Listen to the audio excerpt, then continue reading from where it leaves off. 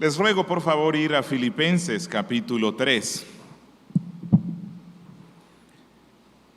Y vamos a hacer la lectura que nos corresponde hoy, que es desde el verso 17. Pero me gustaría, con el fin de que recordemos un poco lo que ya hemos visto y contextualizar lo que vamos a estar viendo hoy, que hagamos la lectura desde el versículo primero. Filipenses capítulo 3. La palabra de nuestro Dios dice: por lo demás, hermanos, gozaos en el Señor y en el poder de su fuerza. A mí no me es molesto escribiros las mismas cosas, y para vosotros es seguro. Luego de que Pablo aquí introduce el tema, o más bien relaciona el tema del gozo del cual él está hablando, y de decirlo, les voy a recordar lo que siempre les he estado diciendo. Luego describe o exhorta más bien a la iglesia para que esté atento a los ladrones del gozo. Y miren cómo describe él a los ladrones del gozo: guardaos de los perros, guardaos de los malos obreros, guardaos de los mutiladores del cuerpo, porque nosotros somos la circuncisión. Así que aquí él llama perros a los judaizantes, los que en espíritu servimos a Dios y nos gloriamos en Cristo Jesús, no teniendo confianza en la carne, aunque yo tengo también de qué confiar en la carne. Si alguno piensa que tiene de qué confiar en la carne, yo más. Aquí Pablo se presenta como ejemplo de cómo él abandonó toda esa confianza carnal en su estatus como miembro del pueblo hebreo y fariseo de fariseos por causa de Cristo. Si alguno piensa que tiene de qué confiar en la carne, yo más, circuncidado al 8º día, del linaje de Israel, de la tribu de Benjamín, hebreo de hebreos, en cuanto a la ley fariseo, en cuanto a celo perseguidor de la iglesia, en cuanto a la justicia que es en la ley irreprensible.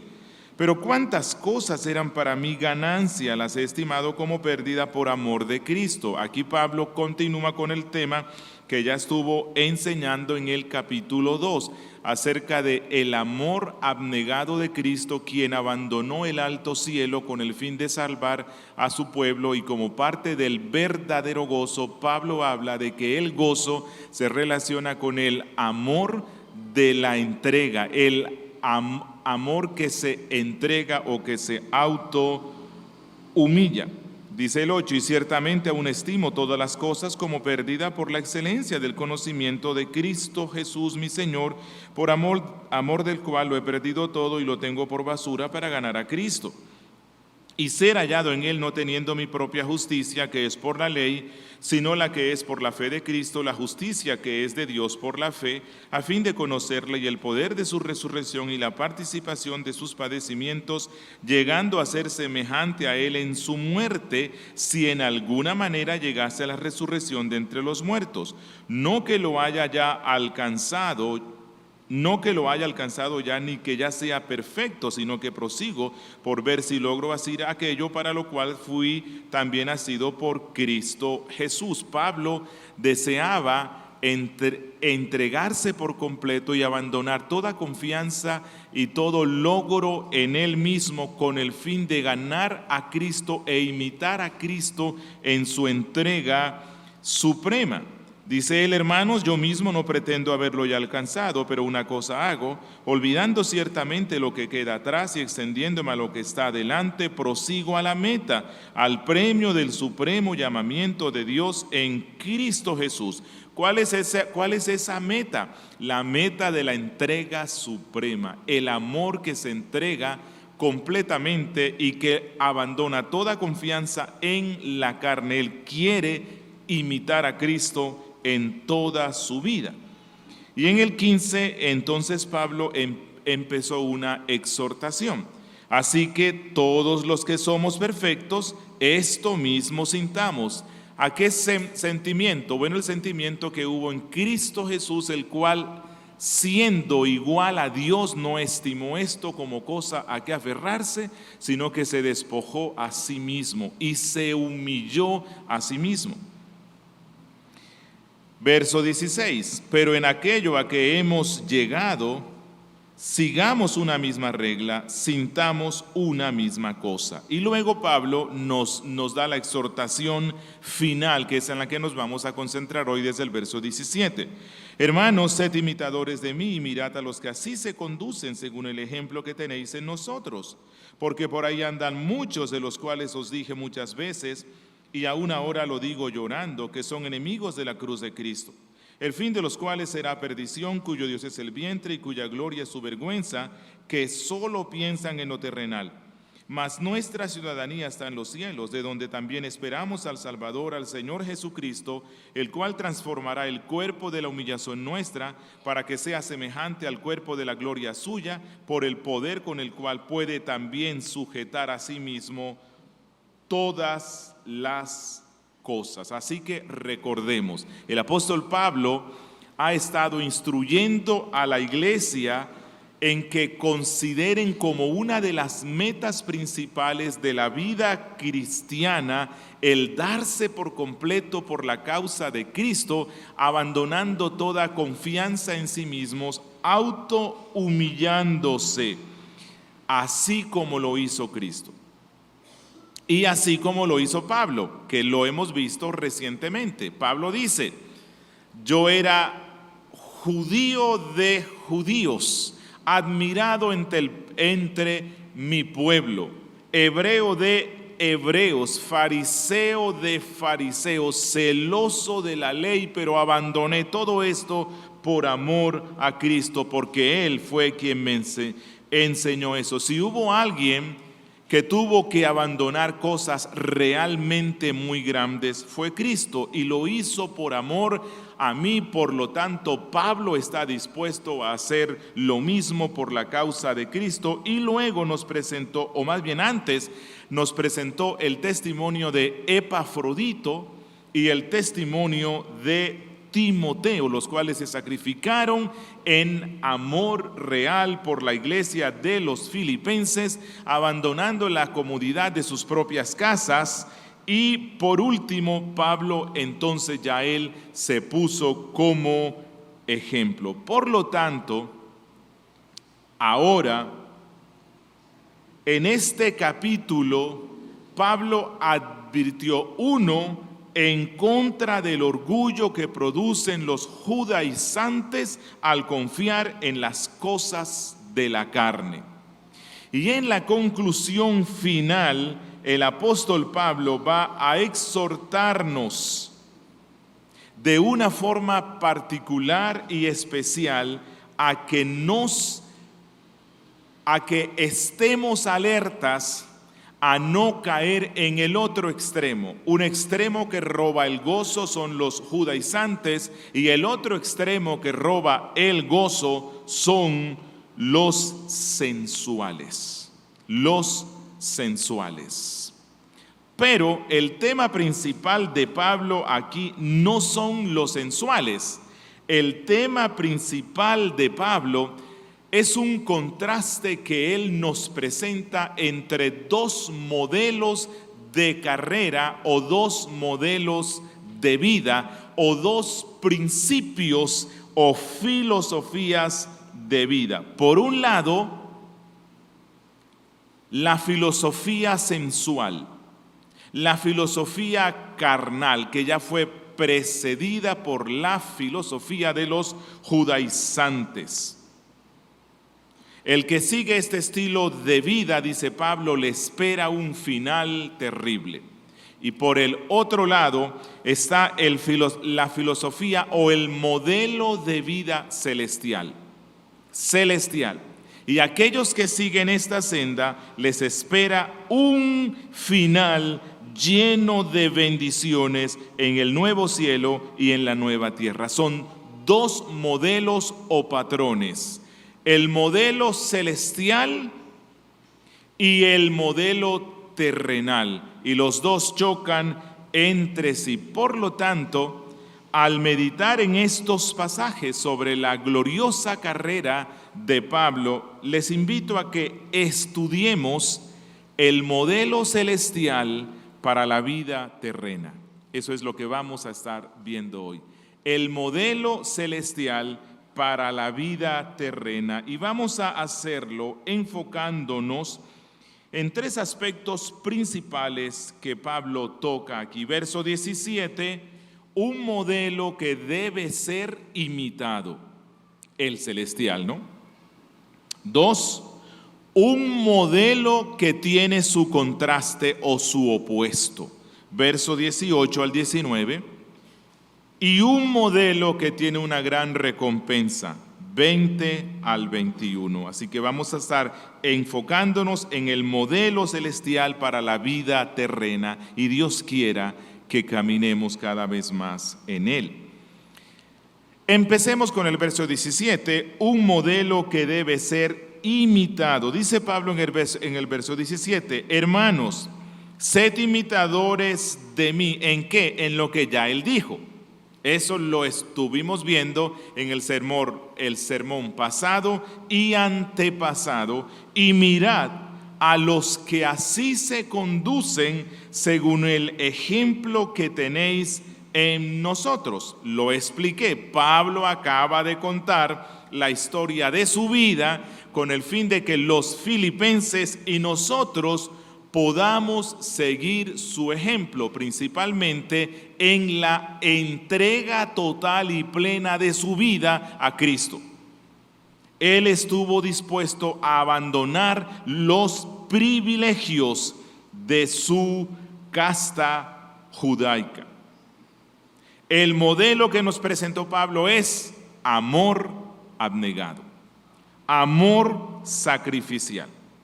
Y lo vimos en el caso de él. Pablo nos lo mostró en el caso de Timoteo en el capítulo 2 y en el caso de Epafrodito, y más claramente en el caso del modelo o patrón que nos dio Cristo Jesús cuando abandonó el cielo.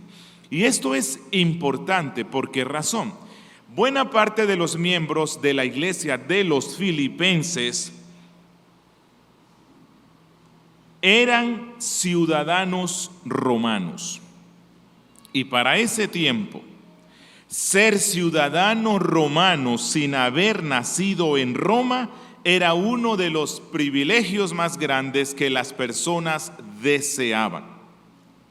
Es como hoy día muchos latinoamericanos anhelan tener la ciudadanía de los Estados Unidos de América. Bueno, para ese tiempo era algo así, y creo que más grande. Ser ciudadano romano era uno de los orgullos más grandes. Pero eso tenía un inconveniente. ¿Por qué razón? Porque Cristo y el César entraban en competencia.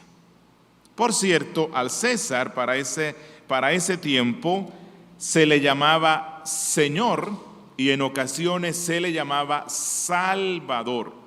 Cuando las provincias romanas estaban en guerra, pedían ayuda al Señor y al Salvador César, y César enviaba su ejército.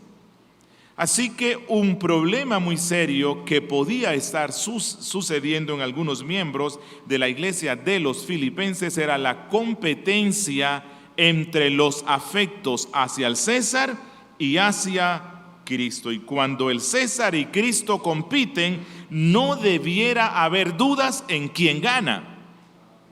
Y eso es por lo cual Pablo escribe esta carta, que si los privilegios del César hacen que uno tenga que alejarse de Cristo y que abandonemos el amor exclusivo que nuestro Salvador exige, entonces los privilegios del César deben ser echados a un lado.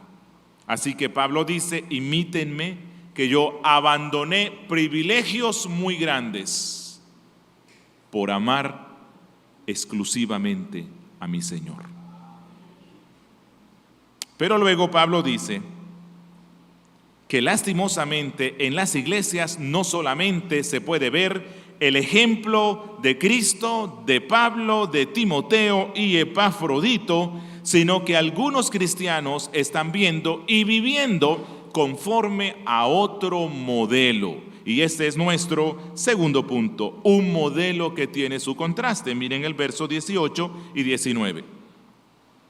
Porque por ahí andan muchos, de los cuales os dije muchas veces y aún ahora lo digo llorando, que son enemigos de la cruz de Cristo.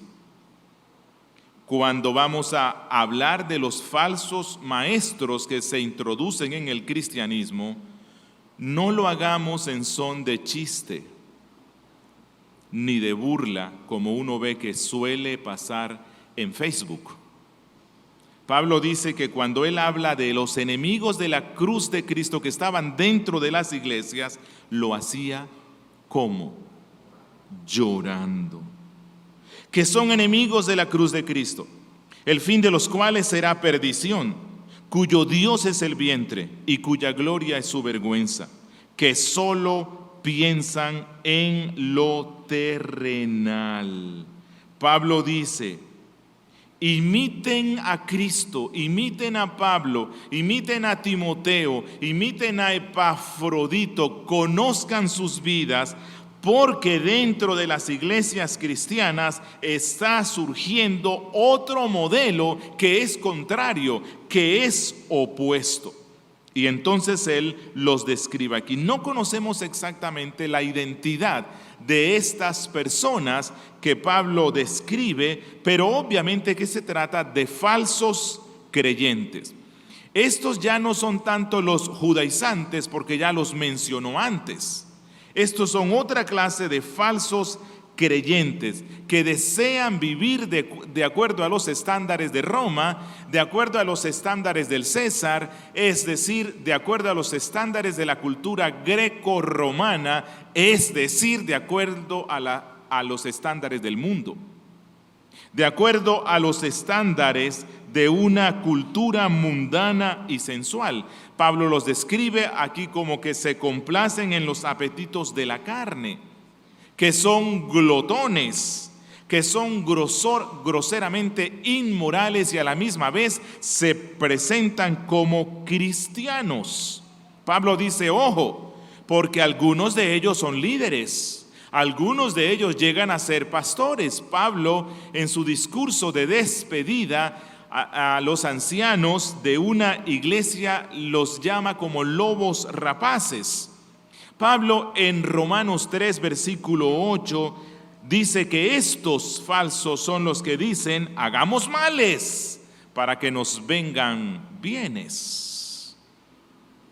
Son como Rasputín, que decía: si la gracia de Dios sobreabunda donde donde abunda el pecado, entonces pequemos y pequemos con ganas para que abunde más la gracia. Pablo le llama en Romanos 16, 18: no sirven a nuestro Señor Jesucristo, sino a sus propios vientres. Así que si se dan cuenta, estos falsos maestros de los que habla Pablo son como lo opuesto a los falsos maestros que mencionó antes. Son como lo opuesto de los judaizantes. Los judaizantes son legalistas.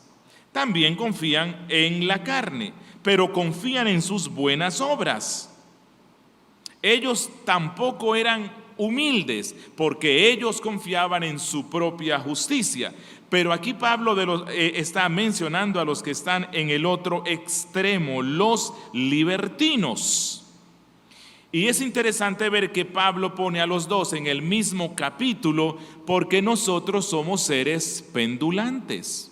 ¿Sí se ha dado cuenta? Nos es difícil estar en el centro. O estamos en un extremo, y luego viene algo y nos sacude y nos mueve, escucho un sermón y me voy al otro extremo. Un día estamos en el extremo legalista y al otro día escucho un mensaje sobre la gracia y me voy al extremo del libertinaje.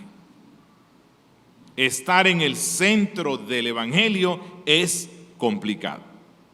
Un día estamos en el extremo de confiar en nuestras obras para la salvación y la santificación y que Dios nos acepte, y al otro día escuchamos que somos salvos por gracia y entonces andamos en las obras de la carne y nos entregamos al mundo.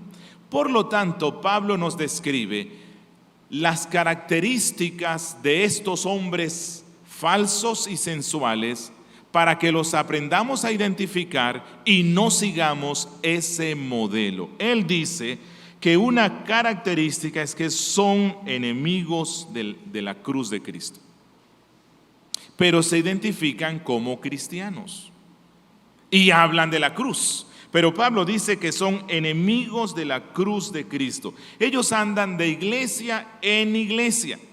Se presentaban como misioneros. En ocasiones se presentaban como apóstoles. Pero Pablo dice, ustedes se pueden dar cuenta que ellos no imitan a Cristo, no imitan a Pablo, no imitan a Epafrodito en una vida de abnegación. No lo imitan en una vida de entrega total a Cristo. No, por lo general ellos son intemperantes y son enemigos de la cruz porque son amigos del mundo. Y nadie puede ser amigo del mundo y amigo de Cristo. No se puede. Ellos eran amigos del César. Amaban la cultura grecorromana en sus pecados y Cristo dice, o amas eso o me amas a mí, y ellos habían decidido amar esas cosas. Por lo tanto, Pablo dice, son enemigos de la cruz de Cristo. El que no es con Cristo, contra él es. Y Pablo dice que lloraba al mencionar a estos perversos. Le hacían daño a la iglesia y le hacían daño al nombre de Cristo. Pero luego Pablo los describe en su destino. Dice, su destino es la destrucción. No sé si recuerdan que en el capítulo 1, en el versículo 28, ya Pablo había dicho, y en nada intimidados por los que se oponen, que para ellos ciertamente es indicio de ¿qué? De perdición. Ya Pablo había dicho que estos malos lo que les espera es la destrucción eterna. Aquellos que se oponen a Cristo, aunque estén dentro de la iglesia, aquellos que son sensuales, aunque se llamen cristianos, les espera la condenación eterna. ¿Y en qué consiste la condenación eterna? Pablo, en segundo libro de Tesalonicenses, en el capítulo 1, versículo 9, describe la condenación eterna como el ser excluidos de la presencia y de la gloria del poder del Señor. Así que lo que les espera es eso. Van a ser total, final y eternamente excluidos de la presencia y el poder del Señor. Por cierto, ¿por qué querrá un enemigo de la cruz de Cristo estar eternamente en la presencia de Cristo? Así que como ellos con su vida odian a la cruz de Cristo, eso es lo que les espera. Una característica más, cuyo Dios es el vientre. Cuyo Dios es el vientre. Es decir, estas son personas sin dominio propio. Sin dominio propio en lo que comen. Y como se entregaron a la cultura grecorromana, participaban de esos bacanales romanos donde comían hasta la saciedad, glotones, y cuando estaban llenos y ya no les cabía nada más, vomitaban con el fin de que el estómago quedara libre para continuar comiendo. Pero no solamente se trata de la comida física. Estos cuyo Dios es el vientre buscaban satisfacer su hambre de orgullo, su orgullo, su hambre de poder, su hambre de autoridad. En realidad deseaban satisfacer los apetitos carnales y con ese fin inventaban nuevas doctrinas y dividían a las humildes iglesias locales bíblicas. Y entraban y hacían daño. Y de esta gente Pablo, en Romanos 16, verso 17, dijo: porque tales personas no sirven a nuestro Señor Jesucristo, sino a sus propios vientres, y con suaves palabras y lisonjas engañan los corazones de ¿quiénes? De los ingenuos, de los más débiles de las iglesias, de los que están empezando, de los que oran poco, de los que no se alimentan con las enseñanzas de sus propios pastores, sino que se la pasan de página en internet. Otra característica más, cuya gloria es su vergüenza. Cuya gloria es su vergüenza. Miren, su falta de humillación ante Cristo y su falta de abnegación por el Evangelio es tal que se enorgullecen de aquello que les debía causar vergüenza. Eran tan faltos de entendimiento, cegados por el mal, que alardeaban de cosas que eran evidentemente opuestas al amor y a la humildad cristiana. Alguien dijo, hablando de ellos: no solo llevaban a cabo sus impíos propósitos, sino que se jactaban de ello. ¿Has conocido alguna persona que se llama cristiana que se enorgullece de haber hecho que es evidentemente contrario a la ley santa de nuestro Dios? Esos son enemigos de Cristo. Y si no se arrepienten, les espera la condenación eterna. Otra característica más, que solo piensan en lo terrenal. ¿Qué es lo terrenal?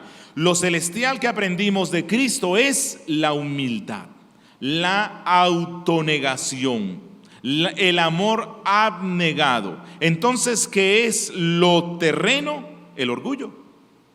Así que estos son orgullosos, divisionistas, centrados en sí mismos, murmuradores contra lo santo, avaros, glotones, amantes del mundo, imitadores de la cultura mundana. Así que Pablo dice, solo piensan en lo terrenal, son carnales y siguen los deseos de la carne, y los deseos de la carne, dice Pablo, que están en enemistad ¿contra quién? Contra Dios. Por eso Pablo dice, se oponen a Cristo, se oponen a su cruz. Son ciudadanos del César, no del cielo. Aman a Roma, no a la Jerusalén celestial. Viven conforme a los estándares del mundo bajo, no conforme a los estándares del cielo. Y Pablo entonces concluye con el tercer aspecto que vamos a estar viendo hoy, un modelo que tiene gran recompensa. Y él habla de esa gran recompensa de los que siguen el modelo que Cristo, Pablo, Epafrodito, Timoteo y los que son como ellos nos han enseñado. Miren el verso 20 y 21. Mas nuestra ciudadanía está en los cielos, de donde también esperamos al Salvador, al Señor Jesucristo, el cual transformará el cuerpo de la humillación nuestra para que sea semejante al cuerpo de la gloria suya, por el poder con el cual puede también sujetar a sí mismo todas las cosas. ¡Qué verso tan hermoso! Aquí Pablo explica, estas son las consecuencias del que sigue nuestro ejemplo. Que el cristiano sabe cuál es el ejemplo que debe imitar, porque ya él sabe cuáles son las consecuencias. La Biblia nos lo dice, ya él sabe lo que sucederá al final de la historia. Ya sabemos eso. ¿Cuál es el patrón entonces o el modelo que Pablo nos insiste que debemos imitar desde el capítulo 2? El ejemplo del amor abnegado, sacrificial, que se autodespoja, que se autohumilla de Cristo. ¿Cuál es el modelo en contraste? Lo contrario, el modelo de la exaltación. El modelo de la gloria y el poder mundanos. El modelo de la mente puesta en las cosas terrenas. Por lo tanto, Pablo dice, ojo, no se les olvide esto. ¿Dónde está la ciudadanía nuestra? No está en Roma. Eso no es lo que me enorgullece a mí. Nuestra ciudadanía no está en Colombia. Nuestra ciudadanía no está en ningún país de esta tierra. Mi estándar de vida es conforme a lo que soy y soy ciudadano, dice Pablo, del cielo. ¿Dónde está Cristo sentado? Por lo tanto, Pablo concluye aplicativamente aquí, fija tu mente y mira el modelo que está en el cielo y vive conforme a esa ciudadanía. No te jactes de ser ciudadano romano. Pero yo creo que cuando Pablo habla aquí de ciudadanía, está también está relacionándolo con la ciudadanía romana positivamente en esto. ¿Qué era lo que hacía Roma y el resto de los imperios, como los imperios europeos cuando vinieron a colonizar a Latinoamérica? ¿Qué era lo primero que hacían ellos? Establecían puestos de avanzada. Enviaban un regimiento militar y empezaban a construir una pequeña colonia donde iban a vivir conforme a las normas del país que los enviaba. Y a partir de ese puesto de avanzada, ellos empezaban a influenciar a la comunidad criolla que iban a conquistar. Así que cuando Pablo dice que nuestra ciudadanía está en los cielos, pero no estamos en los cielos actualmente, es lo que quiere decir esto. Ustedes son como los romanos. Dios los envió a colonizar la tierra. Sí. Cada iglesia local es un puesto de avanzada militar del ejército del cielo. Pero aquí las cosas cambian. Sí. ¿Por qué razón? ¿Cómo conquistaba un imperio colonial a una tierra nueva? Por la fuerza, por el poder de la fuerza. ¿Cómo vamos a conquistar nosotros y a influenciar al resto del mundo como colonias del cielo en esta tierra? No con el amor al poder como hacían los judaizantes y los sensuales, sino con el poder del amor como hizo Cristo, como hizo Pablo, como hizo Epafrodito. Eso es de lo que habla Pablo. Nosotros somos ciudadanos del cielo, pero no estamos en el cielo. Estamos en otro sitio. ¿Y por qué nos deja Dios aquí? Porque somos ese puesto de avanzada del cielo para que influenciemos con el aroma del cielo al mundo. ¿Y cuál es el aroma del cielo? La humillación, el amor abnegado, el amor sacrificial. Conquistamos al mundo con el poder del amor, no con el amor al poder. Eso es de lo que trata Pablo. Miren, y él entonces nos pone en perspectiva de lo que sucederá al final. Es decir, nosotros ganaremos la batalla. Verso 21. Dice que Cristo, cuando venga, transformará el cuerpo de la humillación nuestra para que sea semejante al cuerpo de la gloria suya, por el poder con el cual puede también sujetar a sí mismo todas las cosas. Así que Pablo dice, entréguense a Cristo por completo. Abandonen cualquier confianza en cualquier cosa, legalismo, y abandonen el libertinaje. Entréguense a Cristo, porque lo que les espera al final es grandioso. ¿Qué es? Que nuestros cuerpos que están en humillación. ¿Cuál es la humillación en la cual se encuentran actualmente nuestros cuerpos? Bueno, que estamos sujetos a la tentación. Claro que sí, usted es tentado todos los días. Estamos sujetos al pecado, aún el pecado, aunque no reina, aún nos afecta mucho. Estamos enfermos a la enfermedad. Estamos en humillación a causa de nuestra fragilidad. Un día nos vamos a enfrentar con la muerte y con la descomposición. Por eso Pablo habla de la humillación de nuestro cuerpo.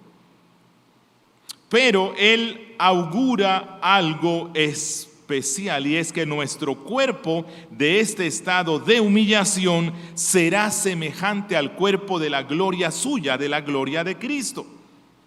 ¿Qué pasó con Cristo cuando resucitó? Bueno, resucitó con un cuerpo humano, pero un cuerpo transformado. Un cuerpo humano, pero distinto en algunos aspectos al cuerpo con el cual fue sepultado. Esa es la razón por la cual sus discípulos no pudieron reconocerlo a primera vista. Y una característica es que Pablo dice que es el cuerpo de gloria. Aquí gloria se refiere a la exaltación. Cristo fue exaltado. Cristo fue puesto como soberano. Cristo en su cuerpo humano resucitado fue revestido de una gloria que nosotros nunca hemos visto en esta tierra. Fue exaltado hasta lo más sumo, y Pablo dice, bueno, miren, ustedes que viven conforme a este modelo que les he estado explicando, un día vuestro cuerpo será como el de Cristo. Él es las primicias, el anticipo. Un día nuestro cuerpo será como el de Él. Y para entender esto y la relación que esto tiene con la vida celestial aquí, recordemos que David en el Salmo 8, versos 4 al 6, presenta al hombre, a usted y a mí, de la siguiente forma. Él dice, digo, ¿qué es el hombre para que tengas de él memoria, y el hijo del hombre para que lo visites? Le has hecho poco menor que en los ángeles, y lo coronaste de gloria y de honra. Le hiciste señorear sobre las obras de tus manos, todo lo pusiste debajo de sus pies. Dios quiso que la humanidad fuera soberana sobre esta tierra. Sí, que gobernara sobre la creación. Pero es interesante ver que el Nuevo Testamento dice que el Salmo 8 se cumplió ¿en quién? En Cristo Jesús. Sí, cuando usted lee Hebreos capítulo 2, que tiene una cita del Salmo, aplica esto que dice el Salmo a Cristo Jesús. ¿Por qué? Porque Él es el nuevo Adán, Él es el nuevo hombre.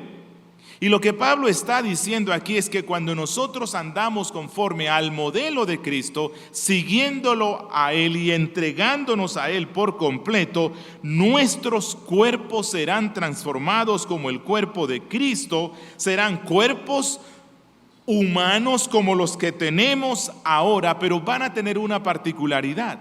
Van a estar llenos de gloria, y llenos de gloria es esto: el Espíritu Santo adaptará nuestros cuerpos para vivir en el nuevo cielo y en la nueva tierra, que no es más que la fusión del cielo con la tierra, del cielo con la tierra.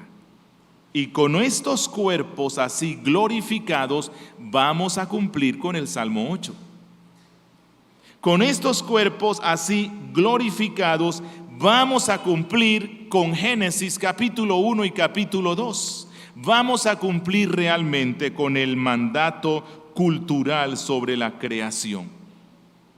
Recuerda esto: será una nueva creación, una tierra nueva, renovada, unida con el cielo. Será una tierra llena de la gloria de Dios, como las aguas cubren el mar. Será una tierra llena de la presencia y majestad de Dios, como dice Habacuc 2:14.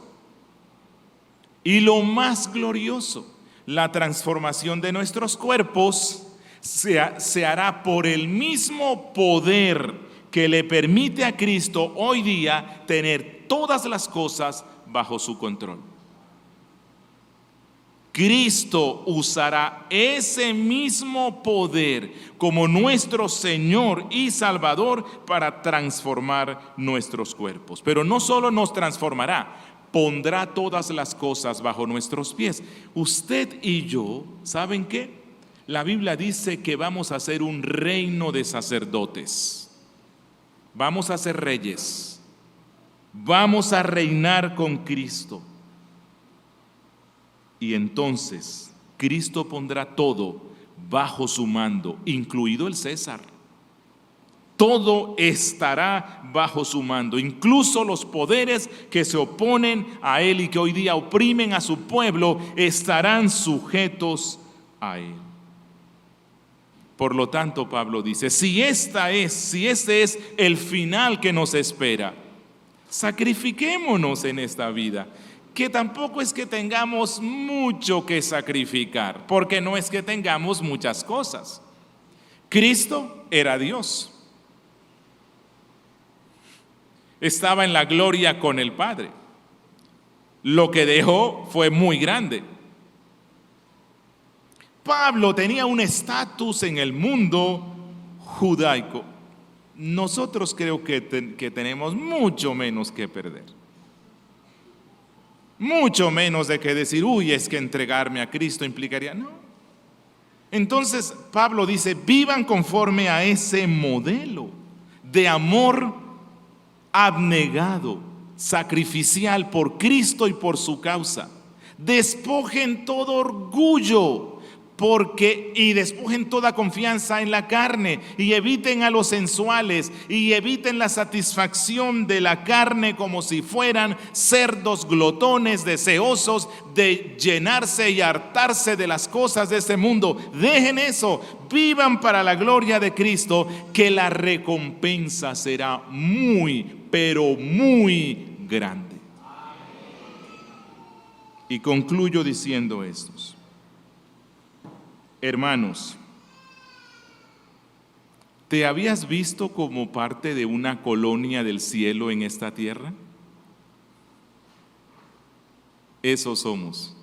La Iglesia Bautista Reformada, la Gracia de Dios de Medellín, es una pequeña colonia celestial en la tierra. Hoy día se habla mucho de la ufología, que es el estudio raro, extraño y sin oficio y sin fruto de los extraterrestres. Y el mundo sueña con algún día descubrir que ellos tienen una colonia aquí. Bueno, mira, eso no lo van a ver nunca jamás. Pero sí hay algo que pueden ver, una colonia celestial en la tierra, usted y yo. ¿Cuál es la característica principal de los miembros de esta colonia? Amor abnegado, amor sacrificial por Cristo y por su pueblo. Quiera Dios que vivamos con esta conciencia. Y al final, no una nave extraterrestre, no, el poder del Señor y Él mismo bajará desde los cielos y estaremos para siempre con Él. Amigo que me escuchas, tú no formas aún parte de esta colonia del cielo, aún te amas mucho a ti mismo. O eres legalista que confías en tus obras de justicia y dices, yo no necesito entregarme tanto como ustedes, es que ustedes como que fueron muy malos Y por eso tienen que estar todo el tiempo en la iglesia y ofrendando y cantando, porque es que ustedes como que pecaron mucho. Yo no he pecado tanto, no he matado, no he robado, no he adulterado. Amigo, te engañas a ti mismo, sí lo has hecho, sí lo has hecho. De una u otra forma, Dios está airado contra ti. Y eres ciudadano de este mundo. Andas conforme a los estándares de este mundo. Te glorías en ti mismo. O tal vez estás en el otro lado. Los que dices, oh sí, yo sé que soy malo, yo sé que me gusta fornicar, sé que me gusta el trago, sé que me gusta esto, pero yo estoy bien así. Voy a disfrutar de este mundo y al final, en el último instante de mi vida, me arrepentiré. Amigo, te engañas a ti mismo. Dios no aceptará en su cielo a personas que en esta tierra, habiendo escuchado el evangelio, anhelan vivir como cerdos, como demonios. Dios no querrá, Dios no quiere a ese tipo de personas en su cielo. Es posible que hayas vivido como un demonio en esta tierra, pero hoy has escuchado el evangelio. Por lo tanto, te llamo en el amor de Cristo para que te arrepientas, para que creas en Él, para que le entregues toda tu vida y pierdas todo en lo que te glorías y te goces y busques a Cristo.